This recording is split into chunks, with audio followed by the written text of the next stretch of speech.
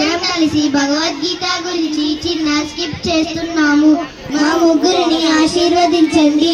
జై శ్రీకృష్ణ, నా పేరు ప్రశ్న.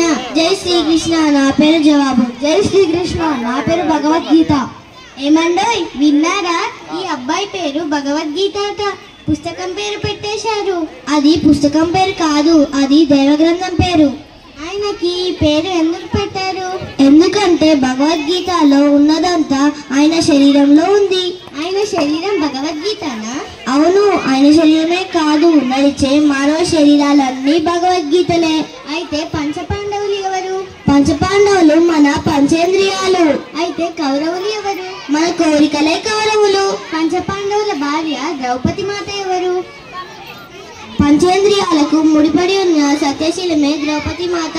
అయితే కురుక్షేత్రం అంటే ఏమిటి? మన మనసు కురుక్షేత్రం. అయితే శ్రీకృష్ణ భగవానుడు ఎవరు? నాలోను నీలోను ఈ విశ్వమంతా నిండి ఉన్న జ్ఞానమే శ్రీకృష్ణ భగవానుడు. భగవద్గీతలో ఏమి ఉన్నాయి? భగవద్గీతలో 700 శ్లోకాలు ఉన్నాయి. మొదటి శ్లోకం ఏమిటి? భగవద్గీతలో మొదటి శ్లోకం ఇలాగే ప్రశ్నతో మొదలవుతుంది. ధర్మక్షేత్రే కురుక్షేత్రే సమవేత యుత్సవ మామకార పాండవశైవ కిమకూర్వత సంజయ. ధర్మక్షేత్రే కురుక్షేత్రే అంటే ధర్మక్షేత్రమైన మన మనసులో.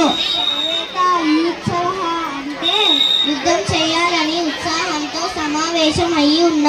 మామకార పాండవశైవ అంటే కోరికలు పంచేంద్రియాలు కలిసి.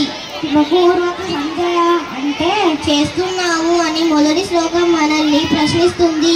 అవునా? భగవద్గీత మొదటి శ్లోకం మనల్ని కావాలి అని ప్రశ్నిస్తుందా? దీనికి నీ జవాబు ఏమిటి? ఎత్ర యోగేశ్వర కృష్ణో ఎత్ర పాదో దరుద్రః తత్ర స్త్రీ విజయో భూతిర్ ధ్రువానీతిర్యతిర్మమ.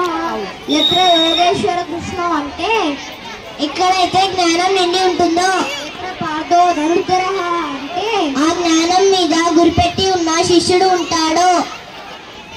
తత్ర శ్రీ విజయోభూతి అంటే ఎక్కడైతే విజయం కలుగుతుందో. ధ్రువానీతి యతిర్మమః అంటే నీతి నియమాలతో వర్ధిల్లుతాము. భగవద్గీత మనందరికీ పెద్ద దిక్కు. మనమంతా నడిచే భగవద్గీతలో. జై శ్రీకృష్ణ, జై శ్రీకృష్ణ.